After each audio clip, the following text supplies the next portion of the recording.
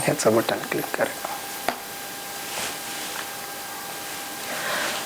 वक्रतुंड महाकाय सूर्यकोटी समप्रभ निर्विघ्नं कुरु मे देव सर्व कार्येषु सर्वदा. पुंडलीक वरदा हरी विठ्ठल श्री ज्ञानदेव तुकाराम पंढरीनाथ भगवान की जय. माऊली ज्ञानेश्वर महाराज की जय. जगद्गुरु संत तुकाराम महाराज की जय. सब संतन की जय. माऊली महावैष्णव ज्ञानोबारायांच्या परमश्रेष्ठ ज्ञानेश्वरी ग्रंथाचं चिंतन करत करत आपण श्रीमद भगवद्गीतेच्या 10व्या श्लोकापर्यंत आलोत आणि दुसऱ्या अध्यायातल्या 84 क्रमांकाच्या ओवीपासूनचं चिंतन आज आपण करणार आहोत, ज्याच्यामध्ये संजय याचा महत्वाचा श्लोक आहे. संजय उवाच तमुवाच ऋषिकेश प्रहसन्नीव भारत सेनयोरुभयोर्मध्ये विषिदन्तमिदं वचः. हे भारता, दोन्ही सैन्यांच्या मध्यभागी मोह पावत असलेल्या त्या अर्जुनाला हसल्यासारखे करीत श्रीकृष्णांनी असे भाषण केले. अर्थात अर्जुनानं आपला निर्णय अंतिमपणे सांगितलाय की देवा, आता काही झालं तरी मी युद्ध करणार नाही आणि तुम्ही युद्ध करण्यासाठी मला प्रवृत्त करू नका, असं आपलं अंतिम विधान करून जेव्हा अर्जुन थांबला तेव्हा भगवंत काय म्हणतायत या दृष्टीनं संजयाचं वर्णन आहे. आणि सुरुवातीला मात्र अर्जुनाच्या या अवस्थेकडे बघून भगवंत थोडा वेळ हसलेले आहेत. आता या श्लोकाचं माऊली काय वर्णन करतात ते आपण बघूयात. मग आपुला चित्ती म्हणे येत हे काही आदरिले येणे, अर्जुन सर्वथा काही नेणे काय कीजे. अर्थात भगवान आपल्या मनाशी म्हणू लागले, या प्रसंगी याने हे काय आरंभिले आहे. अर्जुनाला मुळीच काही कळत नाही, याला काय करावे. भगवंताच्या मनामध्ये एक प्रकारचा प्रश्न निर्माण झालाय आणि तो काय प्रश्न आहे, भगवंताच्या मनामध्ये काय चाललंय याचं वर्णन इथं माऊली करतायत. मग आपुला चित्ती म्हणे, अर्थात भगवान श्री कृष्ण परमात्मा स्वतःच्याच चित्तात विचार करायला लागले, स्वतःशीच बोलायला लागले. मनातल्या मनात भगवान श्रीकृष्ण म्हणाले. मग आपुला चित्ती म्हणे, आपल्या मनातच भगवंत म्हणायला लागलेत, येत हे काही आदरिले येणे. ह्या अशा प्रसंगामध्ये ह्यानं ही कोणती गोष्ट सुरू केलेली आहे, हा विलाप करतोय. अर्जुन सर्वता काही नेणे काय कीजे. अर्जुनाला काहीच कळत नाहीये काय करायला हवं अशा वेळी. आणि असं हे अर्जुनाचं बघणं, अर्जुनाचं असं हे बोलणं, अर्जुनाचं अक्षरशः डोळ्यातून अश्रुधारा त्याच्या वाहनं, हे बघून भगवंताला प्रश्न पडला की अर्जुनाला आता काहीही कळेन असं झालेलं आहे. हा उमजे आता कवणे परी कैसेनी धीरू स्वीकारी, जैसा ग्रहाते पंचाक्षरी अनुमानिका. अर्थात ज्याप्रमाणे एखादा मांत्रिक पिशाच कसे दूर होईल याचा विचार करतो, त्याप्रमाणे अर्जुनाची समजूत कशी पडेल, हा धैर्य कसे धरील. म्हणजे भगवंत विचार करायला लागलेत. हा उमजे आता कवणे परी. आता अर्जुनाच्या मनामध्ये ही जी संभ्रमावस्था निर्माण झालेली आहे, ही संभ्रमावस्था कशा प्रकारे आपल्याला बाजूला करता येईल, दूर करता येईल. हा उमजे आता कवणे परी, याला जो संभ्रम पडलाय तो कसा याला समजेल, याचा प्रश्न कसा उमजेल. उमजणं म्हणजे उलगडा होणं, समजणं, कळणं, या अर्थानं उमजे शब्द आलाय. हा उमजे आता कवणे परी, काय केल्यानंतर याला समज येईल, काय केल्यानंतर याला कळायला लागेल, याचं अज्ञान दूर करण्यासाठी आता काय करायला हवं. कैसेनी धीरू स्वीकारी, हा धैर्य गाळून बसलाय, तो गळून पडलेला त्याचा धीर. कैसेनी स्वीकारी, हा धीर कशा प्रकारे स्वीकारेल. ज्या धैर्याचा यानं त्याग केलेला आहे त्या धैर्याला यानं पुन्हा स्वीकारावं, यासाठी काय करायला हवं. कैसेनी धीरू स्वीकारी, यानं कसा धीर स्वीकारायला हवा, त्याच्यासाठी आपण काय करायला हवं. याला जे काही आता कळेनासं झालेलं आहे ते कळण्यासाठी आपण काय करायला हवं. जैसे ग्रहाते पंचाक्षरी अनुमानिका.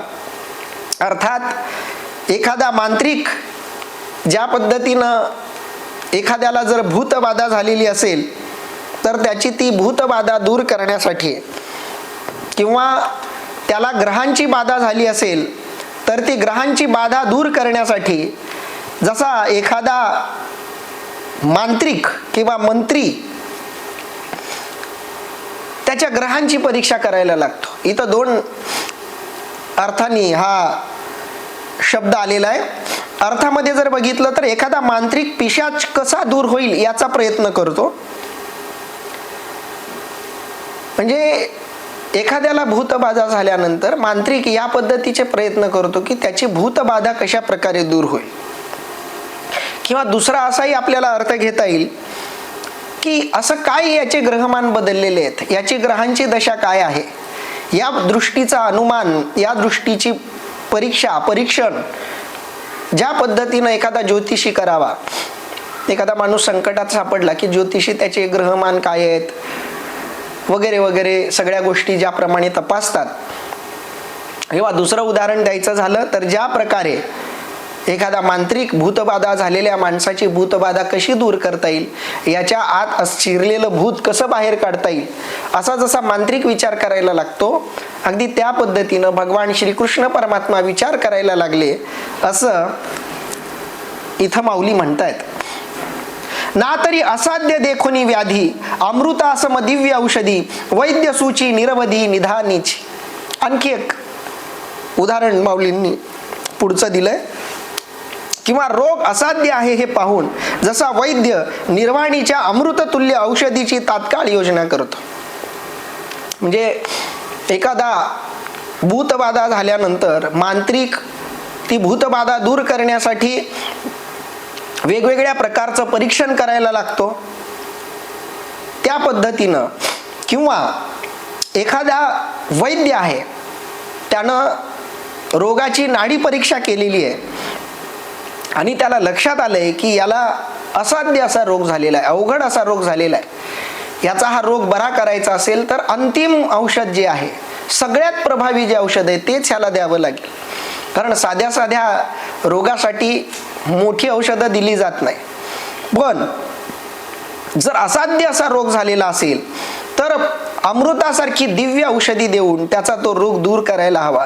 ना तरी किंवा असाध्य देखोनी व्याधी, असाध्य अशी व्याधी बघून जी सहजासहजी दूर होणार नाही अशी व्याधी, असा रोग, असा आजार देखोनी म्हणजे बघून, अमृतासम दिव्य औषधी, अमृतासारखी दिव्य अशी अमृताची ताकद असलेली औषधी, वैद्य सूची निरवधी निदानीची. आणि वैद्य त्या औषधीचा, त्या औषधाचा तात्काळ विचार करतो आणि तो औषधाचा विचार करून लवकरात लवकर त्याच्या रोगाचं निदान करतो. निदानीची असा शब्द वापरलाय. अर्थात ना तरी असाध्य देखोनी व्याधी, असाध्य अशी व्याधी बघून अमृतासम दिव्य औषधी, अमृतासारखी दिव्य अशी औषधी, वैद्य सूची निरवधी निदानीची. आणि वैद्य विचार करायला लागतो, जी निरवधी अशी औषधी आहे, अंतिम अशी औषधी आहे की ज्याच्यानी इलाज 100% होणार आहे, रोगाचा रोग पूर्णपणे बरा होणार आहे, ज्या औषधानं, ते निर्वाणीचं औषध ज्याप्रमाणे एखादा वैद्य शोधून काढतो. तैसे विपरीतू असे श्री अनंतू, तया दोन्ही सैन्य आतू, जया परी पार्थू भ्रांती सांडी. अर्थात त्याप्रमाणे दोन्ही सैन्यांमध्ये उभे असलेले श्रीकृष्ण अर्जुन कोणत्या उपायाने मोह टाकील याचा विचार करू लागले. भगवंताच्या मनात आता एकच विचार सुरू झाला की अर्जुनाचा हा मोह कशा प्रकारे दूर होईल.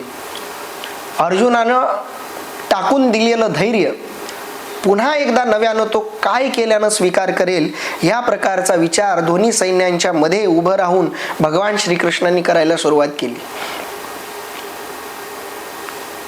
तैसे विपरीतू असे श्री अनंतू. अगदी या पद्धतीनं विवरितू, तैसे विवरितू असे श्री अनंतू. विवरितू म्हणजे मनातल्या मनात विचार करायला लागले भगवान श्रीकृष्ण. मनातल्या मनात त्या रोगाच्या निदानाचं विवरण सुरू झाले, त्या निदानावर चिंतन सुरू झाले, त्या औषधीच्या परिणामाचा आणि अर्जुनाला झालेल्या रोगाचा, त्याच्यावरच्या उपायाचा, या सगळ्यांचा सूक्ष्म विचार भगवंताच्या मनामध्ये सुरू झालेला आहे. तैसे विवरितू असे श्री अनंतू. तैसे म्हणजे कैसे? जसे एखाद्याला भूतबाधा झाल्यानंतर मांत्रिक त्याची ती भूतबाधा काय केल्यानं दूर होईल अशा पंचाक्षरांचा विचार करायला लागतो, त्याची परीक्षा करायला लागतो. किंवा असाध्य असा रोग झाल्यानंतर वैद्य तो रोग दूर करण्यासाठी ज्या पद्धतीनं वेगवेगळ्या औषधींचा विचार करायला लागतो, तैसे विवरितू असे श्री अनंतो. अगदी तसाच विचार भगवान श्रीकृष्ण परमात्मा मनातल्या मनात करायला लागले की आता काय करावं. अर्जुनाचा मोह दूर करण्यासाठी त्यानं टाकून दिलेला धैर्य टाकून दिलेलं पुन्हा त्यानं स्वीकारावं, याच्यासाठी काय करावं याचं विवरण भगवान मनातल्या मनात करायला लागले. तैसे विवरितू असे श्री अनंतू तया दोन्ही सैन्यात, दोन्ही सैन्यांच्या आतमध्ये बसून भगवंताचा हा विचार सुरू झालेला आहे. कारण बघा, कौरवही आहेत आणि पांडवही आहेत, आणि या दोघांच्या मध्ये श्रीकृष्ण आणि अर्जुन उभे आहेत. आणि अशा अवघड प्रसंगात, अवघड वेळी, कठीण प्रसंगात अर्जुनानं धीर सोडलेला आहे. अर्जुनानं युद्ध करण्याची मनस्थिती, मानसिकता टाकून दिलेली आहे. त्यामुळं तैसे विवरितू असे श्री अनंतू तया दोन्ही सैन्यातू जया परिपार्थू भ्रांती सांडी. ज्याप्रमाणे, ज्या पद्धतीनं पार्थू म्हणजे अर्जुनानं भ्रांती पकडलेली आहे, ती भ्रांती अर्जुनानं टाकून द्यावी, सोडून द्यावी, याच्यासाठी काय करावं याचा भगवंत विचार करायला लागलेत. जया परी पार्थू भ्रांती सांडी. ज्या प्रकारची भ्रांती अर्जुनानं अंतःकरणामध्ये धारण केलेली आहे, ती भ्रांती अर्जुनानं सोडून द्यावी, टाकून द्यावी, यासाठी काय करावं असा विचार इथं भगवान कृष्ण परमात्मा करायला लागलेत. ते कारण मनी धरिले मग सरोष बोलो आदरिले, जैसे मातेच्या कोपी थोकुले स्नेहाथी. अर्थात याची मोह निवृत्ती झाली पाहिजे हा हेतू मनात ठेवून श्रीकृष्णांनी रागाने बोलण्यास प्रारंभ केला, जसे आईच्या रागात प्रेम गुप्त असते. बघा, भगवंतांना सगळ्यात आधी थोडस रागावून बोलायचं ठरवलं. ते कारण मनी धरिले. अर्जुनानं भ्रांती पकडलेली आहे, ती भ्रांती सोडणं गरजेचं आहे. त्यानं टाकून दिलेलं धैर्य पुन्हा धारण करणं गरजेचं आहे, हे लक्षात घेऊन ते कारण मनी धरिले. ते कारण मनामध्ये भगवंतानं पक्क धारण केलं, मनामध्ये ते कारण भगवंतानं लक्षात घेतलं. मग सरोष बोलो आदरिले. सरोष म्हणजे थोडासा रोष ठेवून, थोडासा राग ठेवून, थोडस क्रोधित होऊन भगवंत बोलायला लागले. बोलो आदरिले. इथे आदरिले शब्दाचा अर्थ आहे सुरुवात केली, या अर्थानं आदरिले शब्द आहे. मग सरोष बोलो आदरिले. मग थोडस रागीट होऊन भगवंतानं सुरुवातीला बोलायला सुरुवात केली. कसं भगवंत कसा काय रागवायला लागला?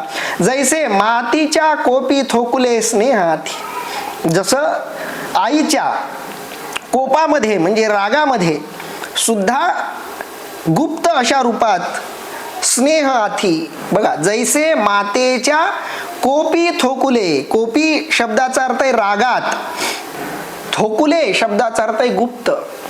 कोपी थोकुले म्हणजे रागामध्ये गुप्त रूपानं काय आहे तर स्नेह आथी. आथी म्हणजे असणं.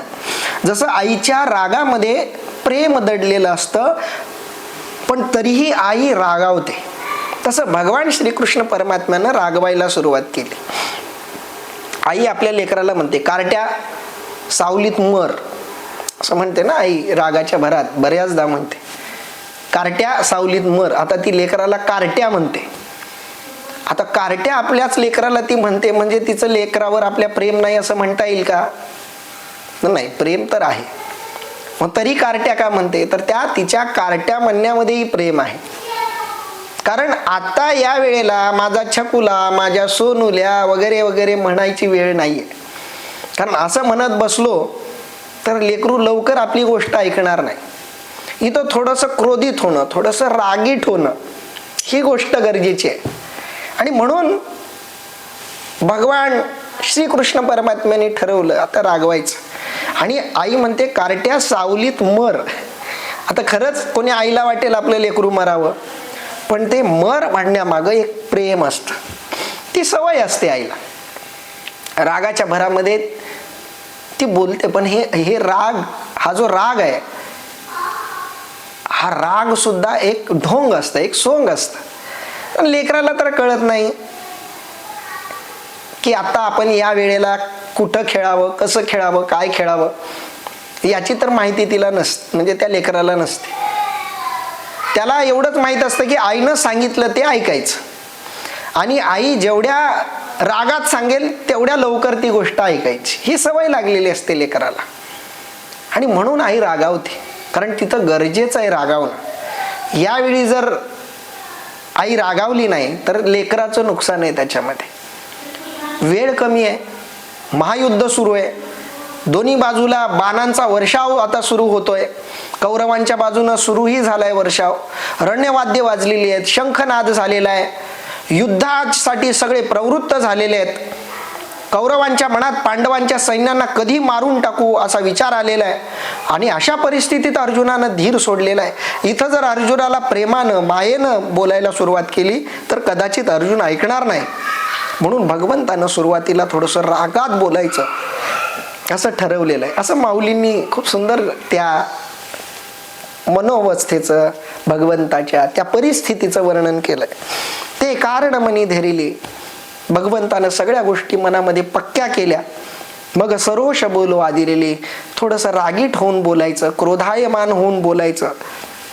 बघा कृष्ण कृष्ण काय, तर कृष्णाला राग आलाय हे कृष्णाला आधीच कळलंय. सामान्य माणसात आणि साक्षात्कारी पुरुषात फरक हाच आहे. सामान्य माणसावर विकार आपलं राज्य, अधिपत्य गाजवतात, आणि संत आणि भगवंत विकारांवर आपलं अधिपत्य गाजवतात. आणि म्हणून आता आपल्याला रागवायचं आहे असं ठरवून भगवंत रागवतायत, एकदम रागवत नाहीयेत, ठरवून रागवतायत. आता रागावणं गरजेचं आहे हे समजून रागावतायत. याला शुद्धीत रागावणं म्हणतात. शुद्धीत स्वीकारलेला विकार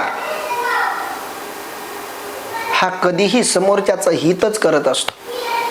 बेशुद्धीत स्वीकारलेला विकार हा स्वीकारणाऱ्याचा घात करत असतो. म्हणून तुम्ही रागावताय, पण तुम्ही रागावला हे तुम्हालाच माहिती नाही. तुमचा रागाच्या भरात तुम्ही कोणती तरी क्रिया करता, आणि ती क्रिया होऊन गेल्यानंतर तुम्हाला कळतं मी रागावलो होतो. याचा अर्थ तुम्ही विकाराच्या, त्या क्रोधाच्या आहारी गेला होतात. क्रोधानं तुमच्यावरती पगडा धारण केलेला होता. तुमच्यात काम नावाचा विकार जागृत झाला, आणि तुम्ही विसरलात की माझ्यावर काम नावाच्या विकारानं पगडा बसवलेला आहे. आणि ते न कळल्यामुळं तुम्ही त्या कामाच्या आहारी जाता, आणि काम त्याचं काम करून घेतो, आणि मग तुम्हाला आठवतं अरे माझ्याकडून चूक झाली. इथं तुम्ही कामाच्या आहारी गेलात. लोभाच्या, मोहाच्या, मदाच्या, कोणत्याही दोषाच्या, विकाराच्या आपण जेव्हा बेशुद्धीत आहारी जातो तेव्हा तो विकार तुमच्यावरती राज्य गाजवतो, अधिपत्य गाजवतो. करून तर जातो विकार, पण भोगावं लागले आपल्याला. शिक्षा विकारांना मिळत नाही, शिक्षा ते विकार स्वीकारणाऱ्याला मिळते. त्या आत्म्याला, त्या जीवाला ती शिक्षा मिळते, जीवाला ते दुःख भोगावं लागतं. आणि भगवंत काय, तर भगवंत रागवतात. असं नाही की संत रागवत नाहीत, भगवंत रागवत नाहीत. भगवंतामध्येही आपल्याला विकार वेळोवेळी दिसतात. विशिष्ट वेळी त्यांच्यात कामभाव दिसतो, क्रोधभाव दिसतो, लोभभाव दिसतो. पण या सगळ्या विकारांना संत वापरतात जगाच्या हितासाठी, स्वतःच्या आत्मिक आनंदासाठी. ते विकार वेळोवेळी संत भगवंत स्वीकारतात, पण विकारांना वरचढ होऊ देत नाहीत. म्हणून भगवंतानं सरोष बोलो आदरिले, थोडंसं रागावून बोलायला सुरुवात केली. भगवंत रागावलेले नाहीत, ढोंग करतायत. म्हणून तर आपण म्हणतो कृष्ण लीला, लीला शब्दाचा अर्थ काय? दाखवणं फक्त. मग सरोष बोलो आदरिले, जैसे मातेच्या कोपी थोकुले. आई मुलावर रागवायचं फक्त नाटक करते, तिला राग आलेला नसतो. तिला कधीच आपल्या लेकराचा राग येऊ शकत नाही, कारण ती आई आहे.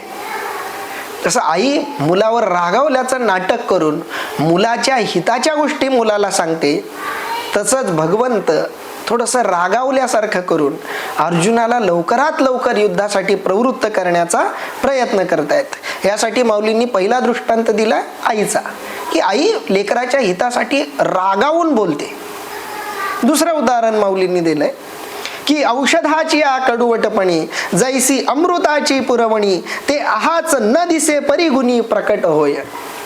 अर्थात किंवा औषधाच्या कडवटपणात जीवनशक्ती भरलेली असते, ती वरवर दिसत नाही पण गुणाच्या रूपाने प्रकट होते.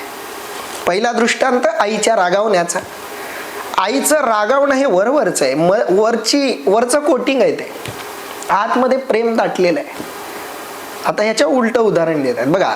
आईच्या रागावण्याच्या आत प्रेम आहे, वर कोटिंग रागाचं आहे, पण परिणाम काय आहे? मुलाचं हित. रागावून बोलली आई, कशामुळं? तर मुलाचं हित आहे त्या रागावण्यात म्हणून, पण त्या रागाच्या आत प्रेम दडलंय. त्याच्या उलट उदाहरण माऊली देत आहेत. त्याचं वेगळं उदाहरण, पण सिद्धांत पुन्हा तोच. दृष्टांत वेगळा आहे पण सिद्धांत मात्र तोच आहे. दुसरा दृष्टांत की औषधाची या कडवटपणे, किंवा औषधाच्या कडवटपणामध्ये. औषध कोणतंही घेतलं की ते कडू असतं, कडू लागतं औषध सहसा, पण त्या कडवटपणामध्ये जैसी अमृताची पुरवणी, त्याच्यामध्ये अमृताचा पुरवठा असतो. त्या औषधामध्ये अमृत लपलेलं असतं, दडलेलं असतं, साठलेलं असतं. त्या अमृताला त्या कडवटपणाचं एक कोट आहे असं आपल्याला म्हणावं लागेल, कारण त्याची चव जरी कडू असली तरी घेतल्यानंतर आपला रोग दूर होणार आहे.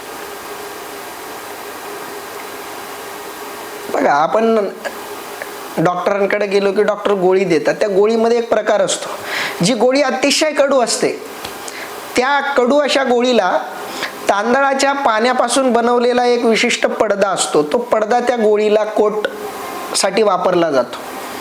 म्हणजे तांदळाची गंजी जशी असते, तांदळाचं पाणी, त्या पाण्याला कडक करून त्याला ते थोडं प्लास्टिक सारखं दिसतं, ते पातळ. आपण बऱ्याचदा गोळ्या घेतो बघा, आणि त्याच्यामध्ये बारीक बारीक गोल गोल गोल गोल असं औषध असतं. ते अतिशय कडू असतं, पण ते कडू औषध जर जिभेला लागलं तर तो कडवटपणा त्रासदायक होईल, आणि परिणाम तर आत गेल्यावर होणार आहे. चवीवर परिणाम अवलंबून नाहीये, पण ती चव विनाकारण त्रासदायक होईल. म्हणून ते वैद्य, जे डॉक्टर लोक असतात, मेडिसिन बनवणारे, त्यांनी खूप सुंदर त्याच्यामध्ये शक्कल लढवली की ती तांदळाच्या त्या गंजीचं कोट असं त्याच्या भोवती असं लावलेलं असतं, मध्ये औषध असतं. पण तुम्ही घेतल्याबरोबर त्याची चव वगैरे काही लागत नाही, औषध सरळ पोटामध्ये जातं. मध्ये गेल्याबरोबर ते जे काही कोट आहे ते आपोआप निघून जातं वेस्ट, आणि मग औषध आपला परिणाम करायला सुरुवात करतं. पण प्रत्येक वेळी हे शक्य होत नाही, मग काही काही औषधं आपल्याला तसेच कडू घ्यायला लागतात. असं बऱ्याचदा होतं. माऊलींनी तो दृष्टांत दिलाय. इथं कोट जे आहे वरचं, ते कोट आतला कडवटपणा लपवण्यासाठी आहे, पण तो कडवटपणा जो आहे, तो कडवटपणा हे कोट आहे, त्याच्यामध्ये खरं तर अमृत दडलेलं आहे. की औषधाची या कडूवटपणी, जैसी अमृताची पुरवणी. ज्याप्रमाणे त्या कडूपणामध्ये अमृताची साठवणूक ठेवलेली असते, अमृत त्याच्यामध्ये लपलेलं आणि दडलेलं असतं, ते आहाच न दिसे, ते असतंच. त्या कडवटपणामध्ये ते अमृत तत्व लपलेलं असतं, दडलेलं असतं. ते आहाच, आहात म्हणजे आहेच, पण कसं आहे, वरवर आहे, वरून. ते आहाच न दिसे, तो जो अमृतपणा त्याच्यामधला आहे तो असूनही दिसत नाहीये. परी गुणी प्रकट होय, पण त्या कडू अशा औषधामध्ये लपलेलं जे अमृत तत्व आहे ते गुणाच्या रूपाने प्रकट होत. एकदा त्या रोगी माणसाचा रोग हळूहळू दूर व्हायला लागला आणि तो निरोगी व्हायला लागला की हळूहळू त्या अमृताचा परिणाम ज्याप्रमाणे दिसायला लागतो, अगदी त्या पद्धतीनं की औषधाची या कडवटपणी जैसी अमृताची पुरवणी, ते आहाच न दिसे परिगुणी प्रकट होय, तैसी वरी वरी पाहता उदासे, आत तरी अति सुरसे, तिये वाक्य ऋषिकेशे बोलो आदरिली. अर्थात त्याप्रमाणे वरवर पाहिले असता उदास पण परिणामी अत्यंत हितकर अशी वाक्य भगवंत बोलू लागले. तैसी वरी वरी पाहता उदासे, वरून पाहिल्यानंतर ती वाक्य उदासे वाटतील, कठोर वाटतील, अर्जुनाला नाराज करतील अशी वाक्य भगवंत बोलतायत. पण ती वाक्य वरी वरी पाहता उदासे, वरून बघितला, विचार केला तर ती वाक्य कठोर वाटतील.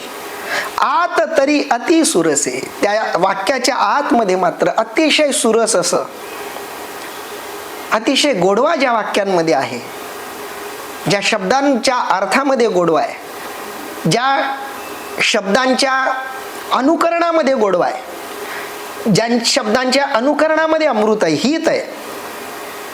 आत तरी अति सुरसे, तिये वाक्य ऋषिकेशे बोलो आदरिली. आणि अशी वाक्य भगवान श्रीकृष्ण परमात्म्यांनी बोलायला सुरुवात केलेली आहे. आता इथं संजयाचा श्लोक संपतोय आणि आता इथं भगवान श्रीकृष्ण परमात्मा काय बोलतायत याचा आता आपल्याला विचार करायचा आहे.